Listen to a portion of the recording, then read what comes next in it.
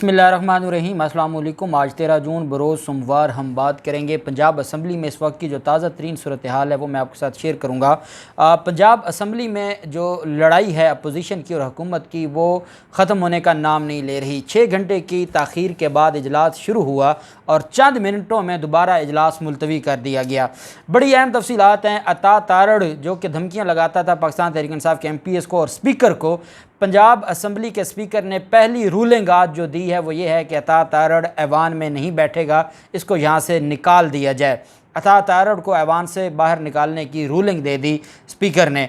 अब अता तारड़ का जो फड्डा है वो अभी तक जारी है। साथ हमजा शहबाज IG पंजाब और चीफ सेक्रेटरी, क्योंकि ये जो पंजाब का बजट है उसके जब पेश किया जा रहा होगा तो IG पंजाब का भी होना ज़रूरी है, ऑफिशियल गैलरी में चीफ सेक्रेटरी का भी, और बाकी जो अहम सेक्रेटरी उन सब का होना ज़रूरी होता है।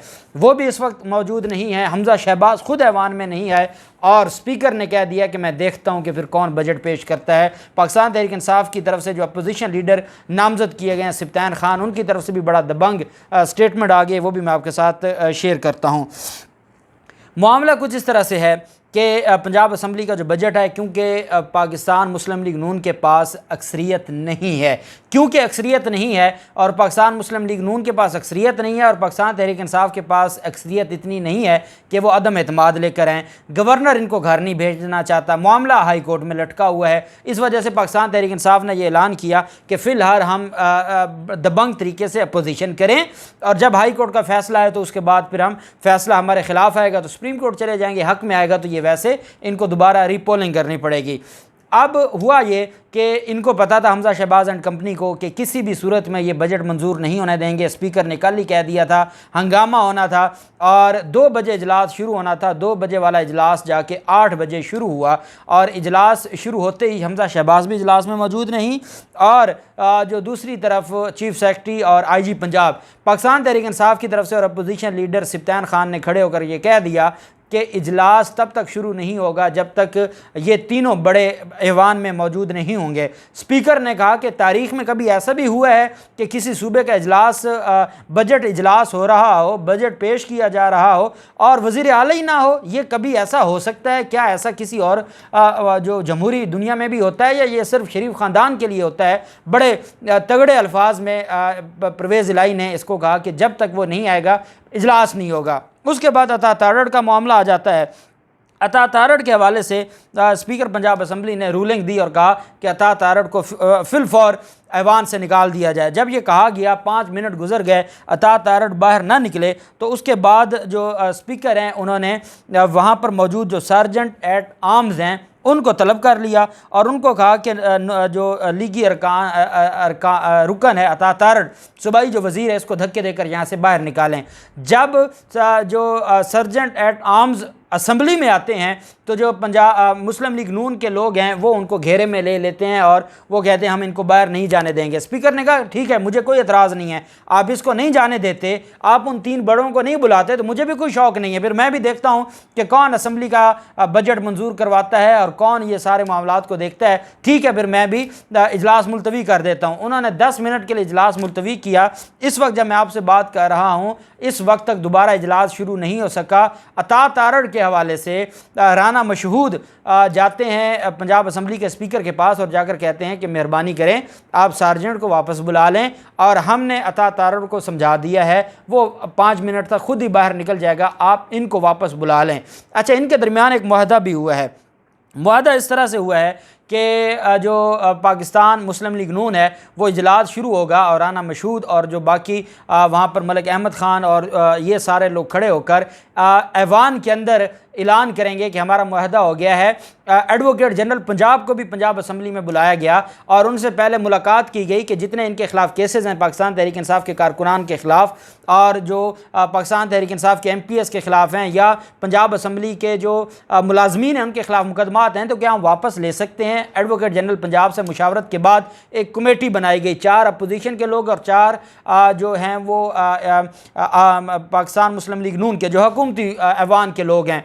अब ये ऐलान और साथ ऐलान ये किया गया, फैसला ये किया गया कि कमेटी का ऐलान भी ऐवान के अंदर होगा और जो मुआहदा हुआ है पाकिस्तान तहरीक इंसाफ के लोगों के खिलाफ मुकदमात खारिज करने का, वो भी ऐवान के अंदर वादा किया जाएगा और फिर उसके बाद इजलास हम आगे चलने देंगे। इसके बगैर इजलास आगे नहीं चलेगा।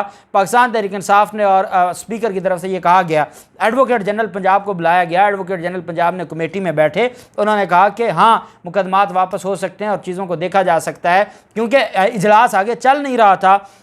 साथ उनकी तरफ से एक मिन्नत की गई पाकिस्तान मुस्लिम लीग नून की तरफ से कि आईजी पंजाब और चीफ सेक्रेटरी वैसे आ जाएंगे, आप माफ़ी वाली बात मुस्तरद कर दें। उसकी वजह यह है कि ये इदारे हैं और अगर हम इन इदारों को कहेंगे कि वो आपके सामने आके माफ़ी मांगें तो फिर इदारों के दरमियान टकराव हो जाएगा और मामलात ख़राब हो जाएंगे। स्पीकर ने कहा कि जब आप कल इस आईजी को बुला के यहाँ पर पुलिस गर्दी करवा रहे थे, कल जब आप चीफ सेक्रेटरी के ज़रिए नोटिफिकेशन जारी करवा रहे थे, तो तब आपको यह एहसास नहीं था कि आप इदारों को असम्बली में इन्वॉल्व कर रहे हैं। आज क्योंकि मियाँ असलम इकबाल ने और सिब्तान खान ने वहाँ पर ऐलान किया और कहा कि जब तक ये हमजा शहबाज चीफ सेक्रेटरी और आईजी पंजाब जब तक वो ऐवान में नहीं आते, ऐवान की कार्रवाई आगे नहीं चलेगी और ऐवान की कार्रवाई हम आगे नहीं बढ़ाने देंगे। स्पीकर पंजाब असम्बली की तरफ से ये कहा गया कि जो अतात आरड़ का मामला है या जो बाकी लोगों का मामला है, इसमें कोई माफ़ी मिलने वाली नहीं है और आपको ये मानना होगा। पाकिस्तान मुस्लिम लीग नून के जो लोग हैं, एक बात आप याद रख लें कि आज स्पीकर ने, मैंने पहले वीलॉग में भी आपको बताया कि स्पीकर ने और पीटीआई के लोगों ने हमजा शहबाज को घुटने टेकने पर मजबूर कर दिया है। सारे के सारे जो उनकी तरफ से जो कुछ मनवाना था, जो शराइत थी, वो सारी मनवा भी ली और उसके बाद अतात आरड़ को बेइज्जत करके बाहर निकालने का भी कहा और कहा कि हमजा शहबाज चीफ सेक्रेटरी और सेक्रेटरी जो आईजी हैं पंजाब वो यहाँ मौजूद हूँ। ये बताता है कि इनको आज जो टफ टाइम दिया गया है। और अब स्पीकर, आप जानते हैं कि स्पीकर के खिलाफ अदम एतमाद नहीं आ सकती। क्यों नहीं आ सकती कि जो मुस्लिम लीग नून है, मुस्लिम लीग नून के पास तो अक्सरियत ही नहीं है। वो 186 लोग कहाँ से लेंगे कि वो अदम एतमाद लेकर हैं स्पीकर के खिलाफ। स्पीकर इनको भिगो भिगो के मारेंगे और इनको वो जैसे कहते हैं हल्की आँच पर लंबी देर तक पकाएंगे। उसकी वजह यह है कि इन्होंने स्पीकर पर भी तशद्दुद करवाया, इन्होंने पाकिस्तान तहरीक इंसाफ के मेंबरान पर तशद्दुद करवाया, उनके वारंट गिरफ्तारी जारी करवाए, उनको दहशतगर्दी अदालों के मुकदमात में इन्वॉल्व किया, ज़िमनी इलेक्शन में ये अपनी मर्जियाँ करना चाहते हैं। ये वो सारी चीज़ें थीं जिसका हिसाब लेना था पाकिस्तान तहरीक इंसाफ की हुकूमत ने, और पाकिस्तान तहरीक इंसाफ की हुकूमत ने वो हिसाब इनसे बड़े अच्छे तरीके से लिया है। और आज ये हालत है, मुझे नहीं लगता कि ये असम्बली का इजलास आज हो पाएगा और ना मुझे ये लग रहा है कि जो बजट है वो आज पेश होगा, क्योंकि जो अतात आरड़ बाहर जा नहीं रहे। अतात आरड़ को ऐवान से बाहर निकालने का जो हुक्म दिया गया था पंजाब असम्बली की तरफ से, वो अना बना के बैठ गए। देखें ना, वो इनके सबसे अहम रहनुमा बने हुए हैं और वो इस वक्त तर्जमान बने हुए हैं वज़ीर आला के। जब वो इनके तर्जमान बने हुए हैं तो फिर ये कैसे होगा और कैसे उसको बाहर निकालेंगे। पंजाब असम्बली में बजट पेश नहीं हुआ और पोस्ट बजट प्रेस कॉन्फ्रेंस के लिए जो वजारत ख़जाना है पंजाब की, उन्होंने कल दिन 11 बजे का प्रेस कॉन्फ्रेंस, जो पोस्ट बजट प्रेस कॉन्फ्रेंस होती है, वो भी रख दी और उन्होंने वो भी ऐलान कर दिया। सिब्तान खान ने कहा कि इन लोगों का दिमाग ख़राब है, बजट अभी पेश नहीं हुआ, बजट अभी मंजूर नहीं हुआ, हमारे मुतालबात वहीं पर खड़े हैं, हमारे मुतालबात पूरे नहीं किए जाएंगे तो ये इजलास हो नहीं सकेगा। और हो सकता है, जो ज़्यादा चांसेस हैं वो ये हैं कि स्पीकर पंजाब असम्बली आज इजलास को मुलतवी कर दे, गैर मुय्यना मुद्दत के लिए मुलतवी कर दे। ये क्या करेंगे? इनके लिए ये ना ये निगल सकते हैं ना उगल सकते हैं। स्पीकर इनको चाहिए था, इनको ये लगता था कि कभी वो लोटे नहीं नाअहल होंगे और जिसका डी सीट नहीं होंगे। वो तो शुक्र है कि आर्टिकल 63A की जजमेंट आ गई सुप्रीम कोर्ट की, जिसकी वजह से वो लोटे चले गए। इनके पास 170-72 लोग बच गए और ये स्पीकर के खिलाफ अदम एतमाद ला नहीं सके। और स्पीकर के खिलाफ जब लोटे मौजूद थे उस वक्त अदम एतमाद जो रूलिंग दे के ख़त्म कर दी गई थी।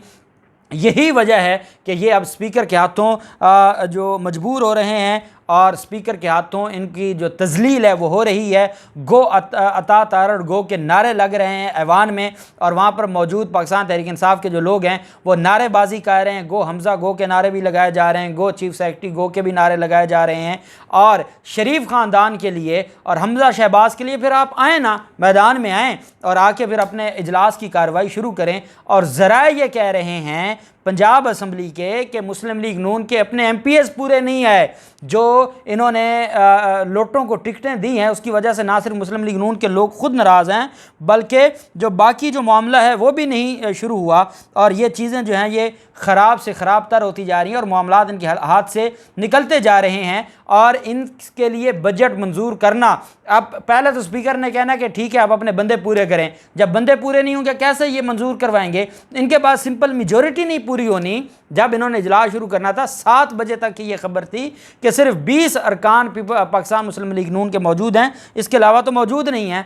जब पाकिस्तान मुस्लिम लीग नून काफ के जो रहनुमा हैं और परवेज़ इलाही, उन्होंने जब ये ऐलान किया कि 10 मिनट का टाइम है, या तारड़ को बाहर निकालें या मैं इजलास मुलतवी कर दूंगा, उन्होंने 10 मिनट के लिए इजलास मुलतवी किया था।